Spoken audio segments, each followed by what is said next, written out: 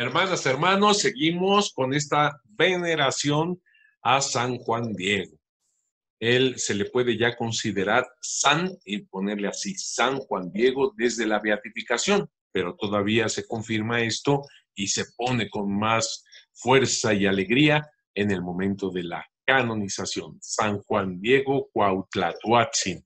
El Papa polaco, San Juan Pablo II, cuando hizo esta celebración maravillosa de la canonización de San Juan Diego el 31 de julio del 2002, él pronunció su nombre tanto de pila como indígena.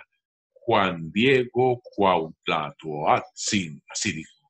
Es algo maravilloso porque con ello también está dándole fuerza y que es verdaderamente bueno esas semillas del verbo que traen, de hecho, el nombre indígena de Juan Diego, porque está aprobando de alguna forma esta cultura indígena.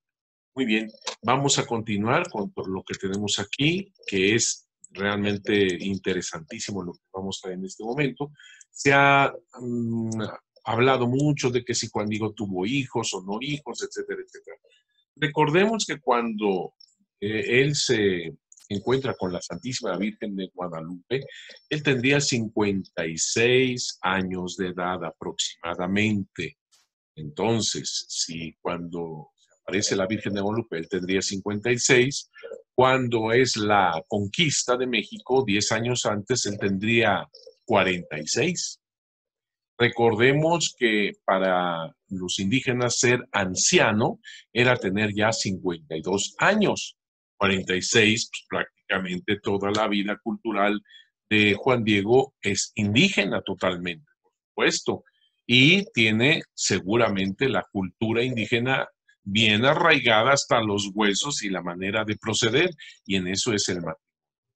Se casaban los hombres alrededor de los 20 años, posiblemente más jóvenes todavía. Juan Diego seguramente a esas edades se casó con María Lucía, se sabe solamente de su esposa María Lucía. Ellos se vuelven a casar en el momento en que los misioneros llegan y dan este sacramento conforme a la Iglesia Católica. Entonces, él se casa por la Iglesia Católica en 1524. Poquito antes se tiene que bautizar, por supuesto, en ese año de 1524. Así que posiblemente él sí tuvo su familia, sus hijos.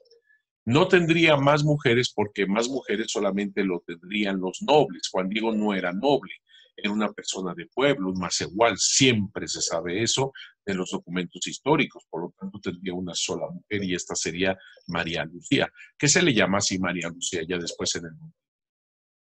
Seguramente tuvieron hijos, pero cuando se casan por la Iglesia Católica y escuchan el sermón de Fray Toribio de Benavente, como lo vamos a conocer ahora también, ellos juran ya castidad en su matrimonio.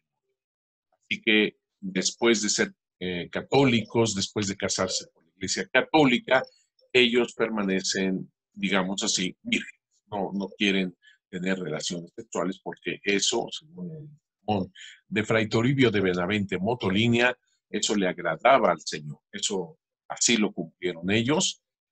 Es posible de que tuviera hijos, pero una cosa segura es cierta, de que cuando estaba con su tío Juan Bernardino en Tulpetlac, vivían solos.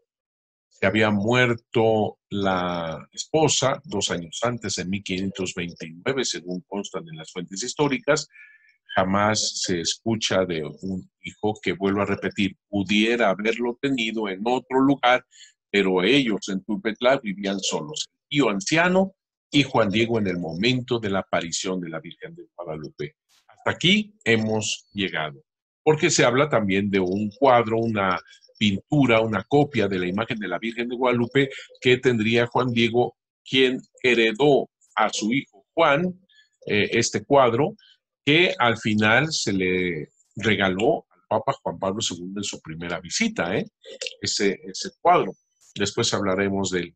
Así que pudiera haber tenido hijos, pero en el momento de la aparición vivía solo con Juan Bernardino. ¿Dónde se encontraban sus hijos? No lo sabemos. Hasta ahorita no lo sabemos. Pero es lógico que surjan descendientes, y a eso vamos. Hay descendientes y nobles que quieren entrar al monasterio de Corpus Christi, que a eso se había fundado, para indígenas nobles o caciques, como se llamaba. Así que tiene su familia, Juan Diego. Ahora bien, aquí viene otro error que podemos aclarar. De ahí surge aquellos que dicen que Juan Diego entonces era noble de la casa de Texcoco.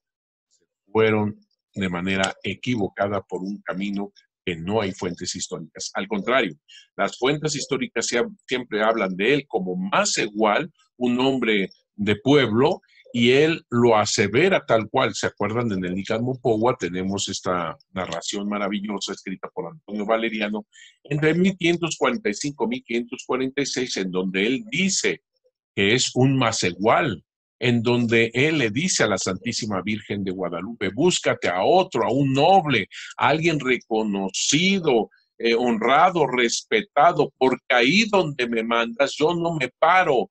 Yo soy un hombre de pueblo, soy Mecapal, soy Parihuela. Así le dice Juan Diego.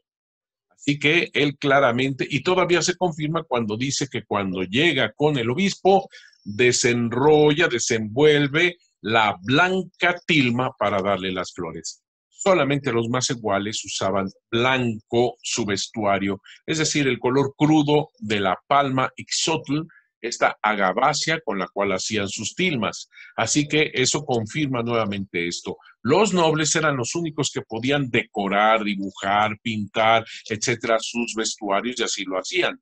Pero Juan Diego, como era un más igual, su blanca tilma, dice el Nican Mopogua. Así que todos los documentos históricos, todas las fuentes históricas hablan de Juan Diego como un más igual, un hombre común y corriente, no un noble. Entonces, esta descendencia que resulta ser cacique noble, no hay ningún problema, ninguno. Un ejemplo que yo siempre les pongo es el actual rey de España, Felipe VI, que se casó con alguien que no era noble, Leticia. Y las hijas de estos dos, pues resultan nobles por el rey, que es noble. Perfectamente, las descendientes de Juan Diego podrían haberse casado, algunos de ellas, con personas nobles. Entonces sus continuas descendencias ya eran nobles. Es distinto. Juan Diego no tendría por qué ser noble para que a fuerza alguna de sus nietas sea noble. No, no, no, no. Pudiera ser, como digo, entre sus familiares más iguales, gente común de pueblo, se haya casado alguno, alguna, con algún noble, alguna noble, y entonces surge esta nobleza de sangre para las demás.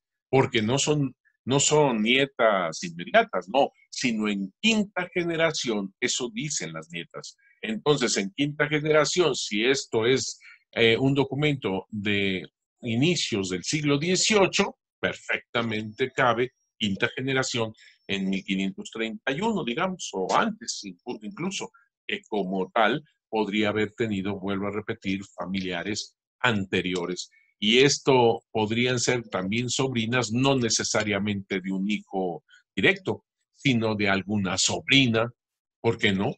Y entonces le dicen tío abuelo y abuelo, etcétera, esas cosas que nosotros sabemos.